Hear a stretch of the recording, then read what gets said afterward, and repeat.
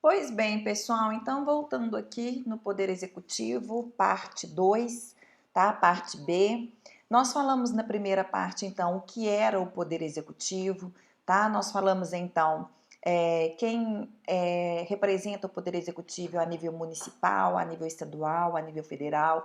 Falamos que eles são eleitos pelo sistema majoritário, maioria absoluta.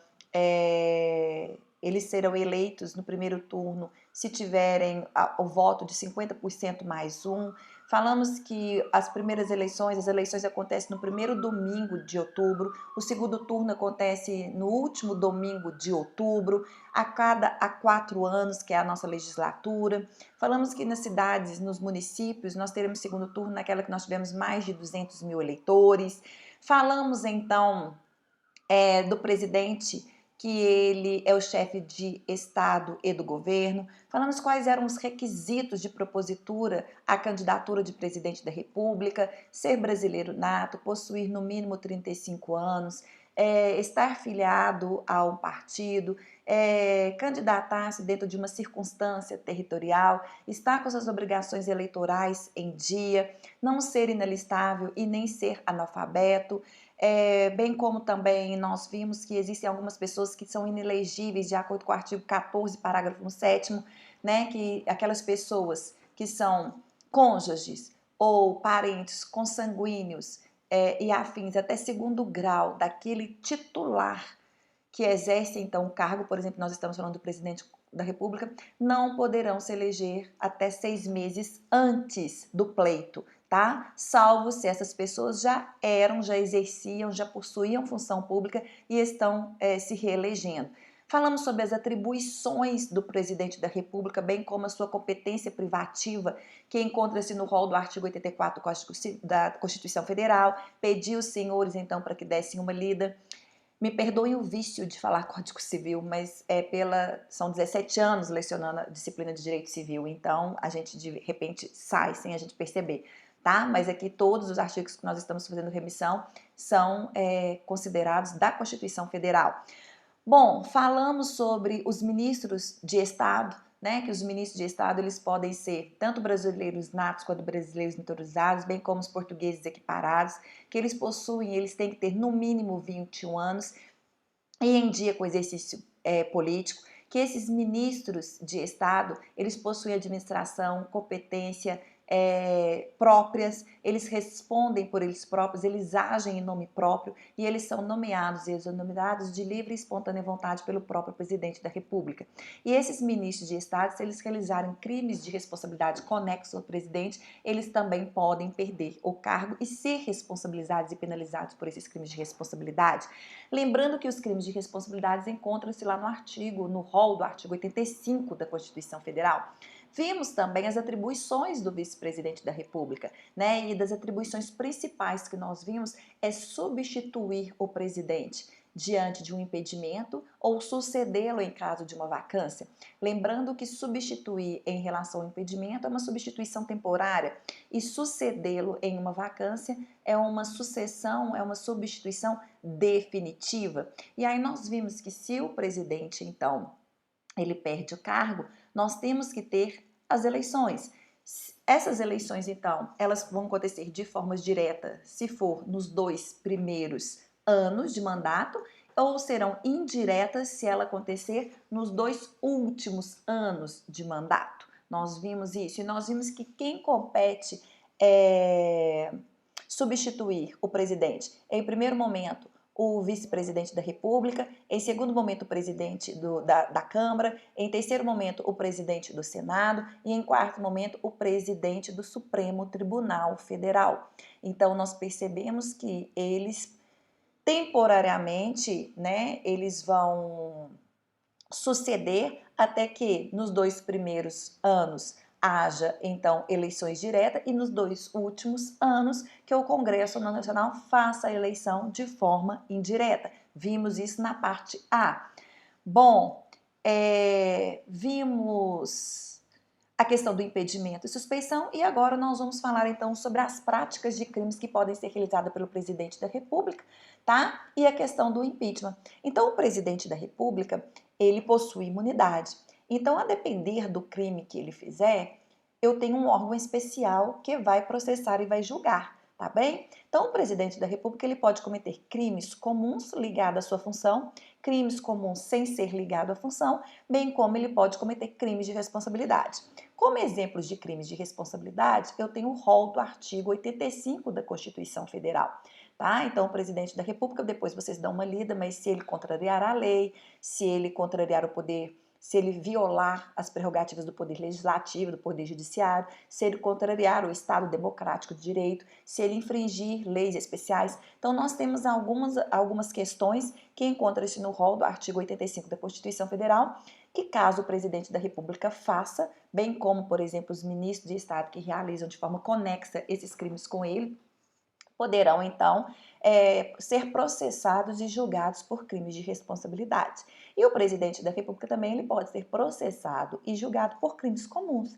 E aí eu tenho duas diferenças. Quem vai processar quem vai processar e julgar o presidente da República? Vai depender do crime que ele cometer, tá? Bom, em relação aos crimes de responsabilidade, quem processa e julga será o Senado Federal. Então, de acordo com o artigo 52, inciso de número 1 da Constituição Federal, crimes de responsabilidade, crimes esses que estão contidos no artigo 85, por exemplo, violar as diretrizes orçamentárias, as leis orçamentárias, é um outro exemplo, comete crime de responsabilidade, será processado e julgado pelo Senado Federal. Se o presidente da República comete crimes comuns, ele será processado e julgado pelo Supremo Tribunal Federal, tá bem?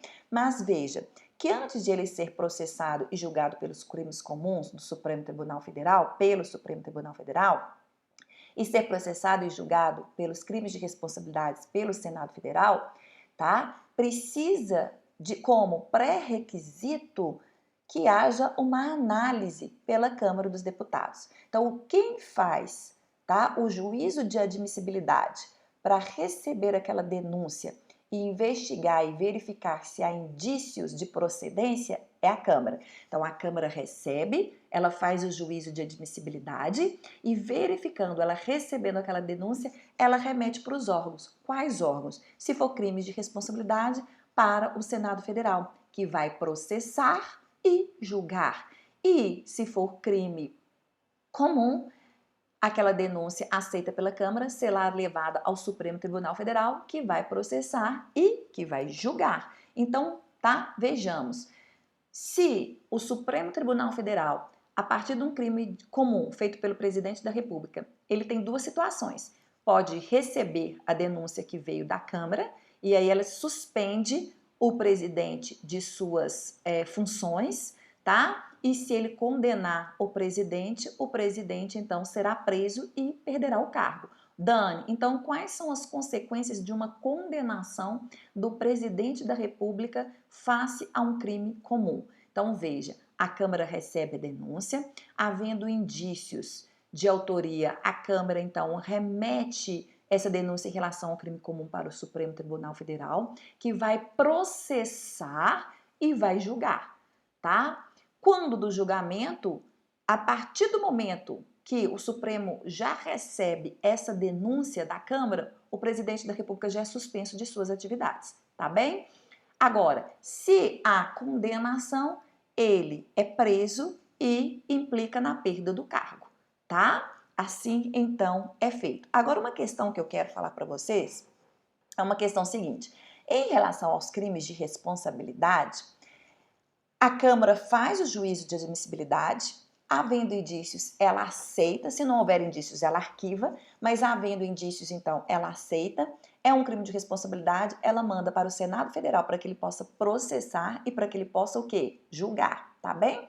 Bom, se o Senado Federal, então, processa e condena e julga o presidente da República pelo crime que ele cometeu de responsabilidade, eu pergunto aos senhores e senhoras, poderá o Supremo Tribunal Federal reformar a decisão do Senado Federal? Olha aí, o Senado Federal, tá? Que tem como função típica legislar, nesse momento ele está utilizando de uma função atípica de julgar. Senado Federal, artigo 52, inciso de número 1, ele possui competência privativa para julgar o presidente da República em relação a crimes de responsabilidade. Então, a questão é essa de pesquisa que eu quero que vocês façam para mim. Supondo que um presidente da República tenha sido condenado pelo Senado Federal em crime de responsabilidade, pode o STF reformar essa decisão? Sim ou não e por quê? Então, eu vou mandar para vocês na próxima semana um conteúdo, um questionário somente relacionado com o Poder Executivo, para verificar se vocês assimilaram a matéria de Poder Executivo, tá? Então, vocês terão duas atividades. Uma, realização do questionário e segunda, atividade de pesquisa. Essa daí. Se um presidente da República for processado e julgado pelo Senado Federal em virtude de um crime de responsabilidade, pode o Supremo Tribunal Federal reformar a decisão do Senado? Sim ou não e por quê? Tá bem, turma? Não vou dar uma resposta porque é uma pesquisa. Lembrando que essas atividades serão atividades avaliativas que eu vou avaliar como atividades feitas que seriam feitas em sala de aula, que serão feitas em casa agora. Tudo bem, turma? Então prestem atenção. Crimes de responsabilidade, quem julga, quem processa e julga, Senado Federal. Crimes comuns, quem processa e julga, Supremo Tribunal Federal. Mas antes que vá para o Supremo ou antes que vá para o Senado, eu preciso do juízo de admissibilidade, de aceitação daquela denúncia pela Câmara dos Deputados. Tudo bem, turma? Bom, prosseguindo então, a gente verifica aqui no slide, ó, que nos crimes de responsabilidade, outras pessoas podem também ser responsabilizadas por esses crimes e cometerem esses crimes. Como a gente próprio viu, o vice-presidente, os ministros de Estado, como membros do Conselho Nacional de Justiça, como membros do Ministério Público, como procurador-geral, como advogado-geral da União, governadores, prefeitos. Todos eles podem ser destituídos através do impeachment, tá? Se ficar comprovado, então, que eles realizaram crimes de responsabilidade. E aí, então, em falando sobre impeachment, a gente vai lá no impeachment, tá? O impeachment, então, ele deve ser entendido como um processo pelo qual o Poder Legislativo, então, ele vai punir a autoridade pública por ter realizado crimes de responsabilidade. Então, o impeachment, ele só pode ser pleiteado, ele tem como objetivo quando aquelas pessoas a quais nós estudamos, seja prefeito, seja governador, seja presidente, tá? Bem como também ministros de estados, eles podem, então, sofrerem o impeachment uma vez que cometeram crimes de responsabilidade. O impeachment ele tem duas fases, tá? A primeira fase, então, qualquer cidadão ele pode pleitear o impeachment de uma autoridade, qualquer cidadão. Então, ele vai pleitear esse impeachment e vai para onde? Vai para a Câmara dos Deputados. Então, os deputados, eles é que vão averiguar aquele impeachment proposto pelo cidadão. Para aceitar ou não aquele impeachment, eu preciso dos votos dos deputados, 2/3, tá? Quórum, então, qualificado, quórum de 2/3. Se eles aceitam, então, o que acontece com essa denúncia? Essa denúncia, então, é encaminhada para o Senado Federal. E o Senado Federal que vai o quê? Processar essa denúncia, tá? Então, o impeachment, ele acontece em relação às autoridades do Poder Executivo, uma vez que cometeram crimes de responsabilidade, tá? Então, eles poderão sofrer. Qualquer cidadão pode pleitear o impeachment, que será recebido pela Câmara, que através da votação de quórum qualificado de 2/3 vai aceitar ou não. Se aceita, essa denúncia é encaminhada para o Senado Federal, que vai processar. Se não é aceito, é arquivado o pedido de impeachment, tá bem? Bom, uma vez que o Senado vai processar aquela denúncia advinda da Câmara, ele possui o prazo de 180 dias para concluir esse processo. Nesse prazo, assim que o Senado recebe a denúncia, o presidente da República ficará suspenso em suas funções. Mas se em 180 dias o Senado não conseguir concluir esse processo, tá? Ele poderá retornar às suas funções. Bom, uma vez concluído, então, o processo pelo Senado, quem é que vai julgar? Quem é que vai julgar será o Supremo Tribunal Federal. Então, turma, qualquer cidadão propõe o pedido de impeachment contra o presidente da República. O presidente, então, a Câmara recebe. Pelo quórum de 2/3, a Câmara vota a favor ou contra o impeachment, tá? Votando contra, o impeachment será arquivado. Votando a favor, a denúncia será encaminhada para o Senado. O Senado também vai aprovar pelo quórum de 2/3. Aprova ou não aprova? Se não aprova, arquiva. Se aprova, ele vai processar, suspende o presidente da República de suas funções e ele tem o prazo de 180 dias para que ele possa, então, processar, fazer o processo em relação àquela denúncia, tá? Uma vez, então, que pelo quórum também de 2/3 os senadores votaram pelo processo do impeachment, ele possui prazo de 180 dias para a conclusão. Feita a conclusão desse processo, é encaminhado o processo para onde? Para o Supremo. Então, para que se chegue ao Supremo, eu tenho 2 juízes de admissibilidade. Primeiro juiz de admissibilidade da Câmara dos Deputados, pelo voto de 2/3 aceitando, vai para o Senado, que também aceita pelo voto de 2/3 de seus membros, processa no prazo de 180 dias, em que o presidente ficará suspenso e remete para julgamento do Supremo. E aí, então, o Supremo pode julgar absolvendo e aí arquiva o processo de impeachment, ou ele pode condenar. Se ele condena o presidente, ele perde o cargo e ele fica inabilitado pelo período de 8 anos para concorrer a cargos públicos, tá? Então, lembrando, tá aí no slide de vocês, além do presidente da República, pode ser passíveis de responsabilização política, ministro do Estado, comandante da Marinha, Exército, Aeronáutica, crimes conexos com aqueles praticados pelo presidente, os ministros do STF, membros do Conselho Nacional de Justiça, procurador-geral, advogado-geral da União, bem como prefeito, bem como governador. Tá bem, turma? Bom, passando um pouquinho mais adiante, nós não falamos, no outro slide da parte A, eu falei sobre o Conselho de República e o Conselho de Defesa. Falamos que eles são órgãos de opinião, órgãos opinativos, órgãos de consulta, sendo que o Conselho de República é um órgão de consulta superior e o Conselho de Defesa é um órgão de consulta para questões não tão graves que são levadas, por exemplo, ao Conselho de República. A gente precisa saber da composição, porque isso é cobrado muito em prova. Tá? E nós já vimos que o presidente, o vice-presidente da República, ele compõe tanto o Conselho da República quanto o Conselho de Defesa Nacional.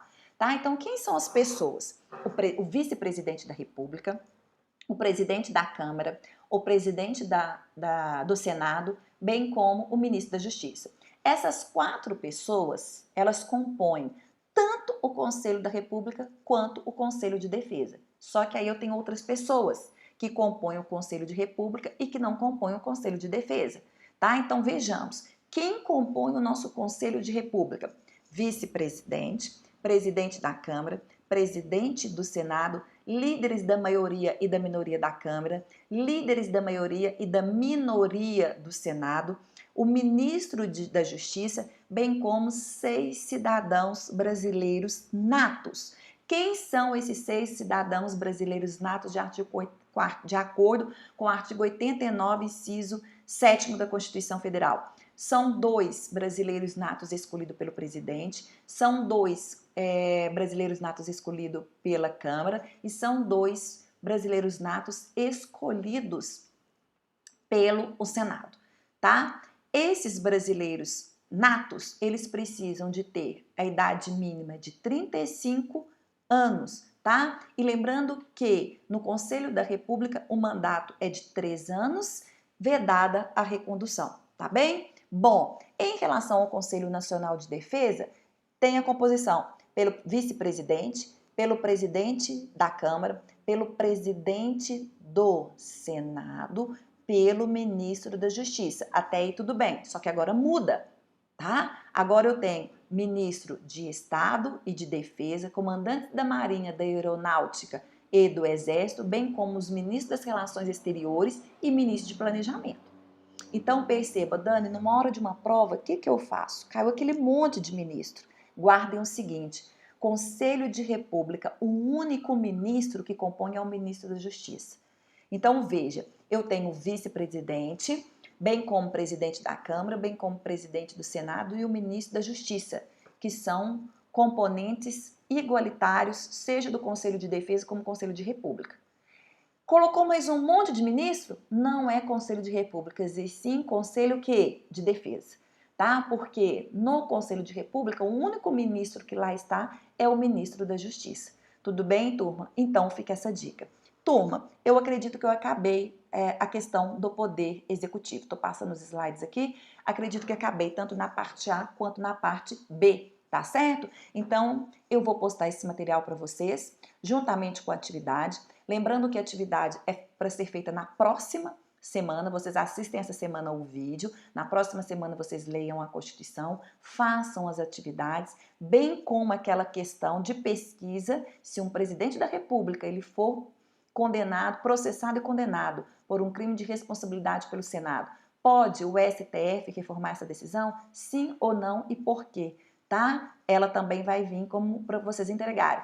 E no Classroom, bem como no portal do aluno, eu vou estar determinando a data para que vocês possam entregar essas atividades. Tá bem? Um grande abraço para os senhores, lembrando que nós estamos diante da suspensão das aulas presenciais em virtude da prevenção e combate ao Covid-19. Se cuidem, lavem as mãos o tempo todo e sempre que vocês puderem, permaneçam em casa. Esse momento agora, até 6 de abril, é um momento que a gente tem que pensar que quanto menos a gente ter contato com as pessoas, menor a chance, a minimização de proliferação será mínima. Então, é isso que eu peço, senhores. Não adianta a gente não estar nos encontrando pessoalmente, de forma presencial, escolas, faculdades todas paradas, se a gente continua saindo de casa, indo para um boteco, indo para um bar, encontrando com alguém da família. Estamos todos com saudades de todos. Acredito que quando a gente sai disso, a gente quer abraçar, a gente quer beijar, mas é um momento que é necessário. Conte comigo, permaneçam comigo. As dúvidas, por favor, direct do meu Instagram, Prof. Daniela Matar, ou no próprio canal do YouTube, ou pelo portal do aluno, representante de classe pelos meus grupos de WhatsApp, tá? E vamos pensar um dia de cada vez e tudo vai dar certo, porque Deus é muito misericordioso. Um beijo para vocês, turma, e até a próxima aula. Um beijo grande. Tchau!